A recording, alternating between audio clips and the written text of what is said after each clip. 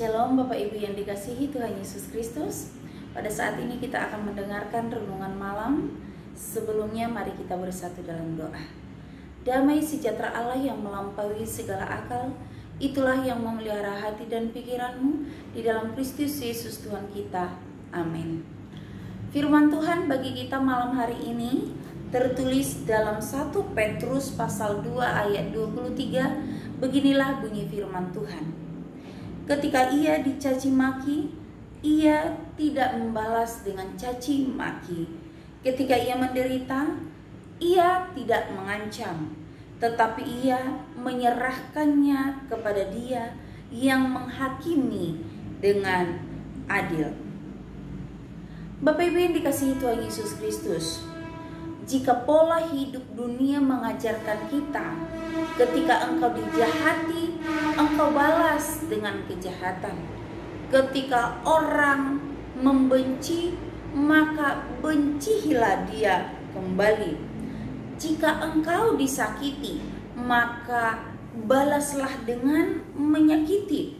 Jika orang berbuat jahat, maka kembali engkau juga harus lebih jahat lagi.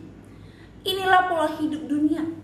Tetapi ternyata pola hidup dunia ini sangat bertentangan dengan pola hidup yang diajarkan oleh Tuhan Allah kepada kita, orang yang percaya kepadanya. Kita tahu sejak permulaan Allah telah mengajarkan kasih kepada kita. Kasih yang begitu tulus, yang begitu ikhlas telah diwujud nyatakan melalui pengorbanan Tuhan Yesus di kayu salib. Oleh karena pengorbanan itu, Allah mendamaikan dirinya dengan umat berdosa. Sesungguhnya kita tidak layak diampuni, tetapi Allah datang untuk mengampuni melalui tebusannya di kayu salib kepada kita, umat berdosa.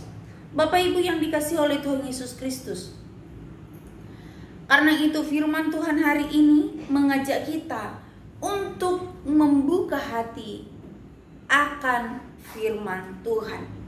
Kita harus mau mendengar, kita harus mau berbuat kebenaran sesuai dengan firman Tuhan, sehingga kita mampu melakukan kebenaran itu dengan segenap hati melalui tindakan perbuatan hari lepas hari, sehingga menunjukkan karakter Kristus dalam kehidupan kita.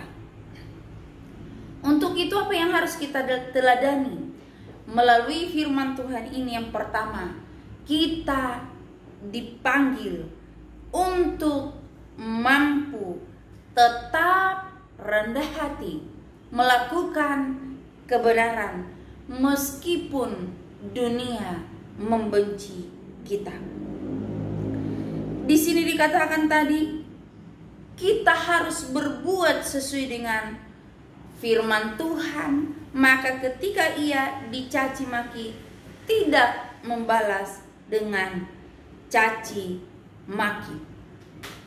Ternyata kita dituntut untuk mampu diperlakukan kasar, dicaci maki dan dikhianati tanpa ada kepahitan.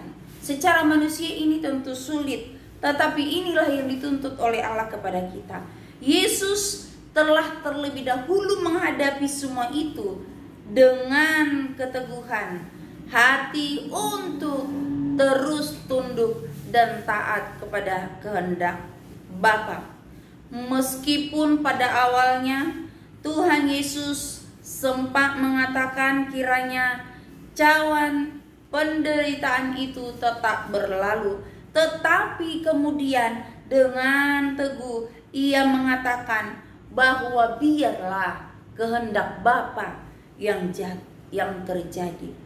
Secara manusia memang itu sulit, tetapi kalau kita memandang kepada Tuhan, ternyata kita akan dimampukan untuk melalui semua itu.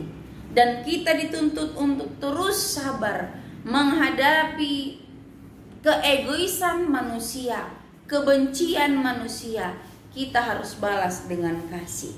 Dan yang kedua, kita dituntut untuk sanggup dan rela menjalani penderitaan tanpa harus mengancam. Prinsip dunia tadi mengatakan jika engkau dibenci maka engkau membenci, jika orang menjahatimu maka engkau balas dengan kejahatan. Tetapi Kristus mengajarkan kita untuk terus tunduk dan taat. Meski harus dihina, dicaci maki, kita harus tetap memiliki kasih akan sesama. Tuhan Yesus juga sudah terlebih dahulu mengalami hal yang demikian. Dia diperlakukan dengan kejam, dia dihina, disiksa, disakiti, dan dia tidak membalas dengan mengancam. Dia menanggung semuanya itu dengan sikap rela dan tunduk akan Bapaknya. Dia sabar akan apa yang sedang terjadi dalam kehidupannya. Dia tetap menjalani sebuah kehidupan dengan memandang kepada Bapa yang telah mengutusnya.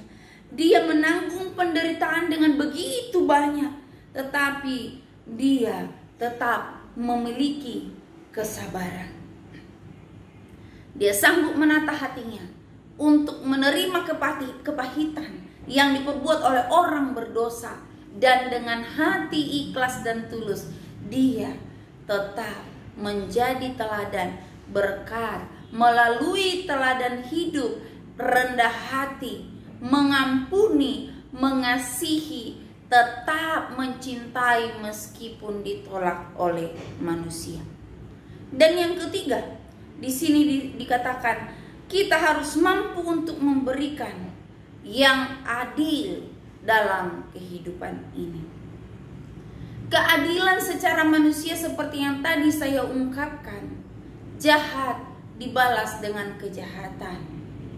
Jika orang melempar batu, kita balas dengan melempar batu.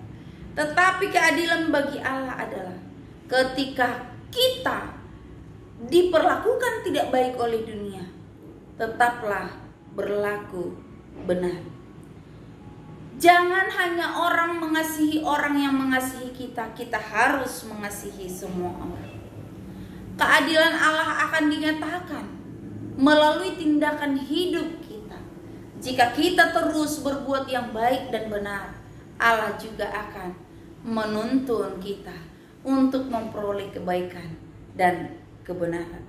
Tuhan Yesus memberikan sebuah teladan untuk mengatasi tindakan kebencian, yaitu dengan memberikan pengampunan. Bapak Ibu yang dikasihi oleh Tuhan Yesus Kristus, firman Tuhan pada hari ini memanggil kita, mengajak kita untuk terus berjuang, meraih, mewujudkan karakter Kristus yang menjadi berkat, yang menjadi teladan bagi semua orang. Sekali lagi saya katakan bahwa melakukan firman Tuhan ini dengan prinsip dunia sementara kita hidup di dunia itu memang tidak mudah. Tetapi mari kita melawan arus dunia untuk terus berjuang melakukan kebenaran kehendak Bapa kita. Jadilah pelaku firman yang menghasilkan buah roh sehingga kehidupan kita menjadi berkat, teladan, dan memberkati banyak orang. Biarlah firman Tuhan ini menjadi kekuatan bagi kita. Amin. Mari kita bersatu dalam doa.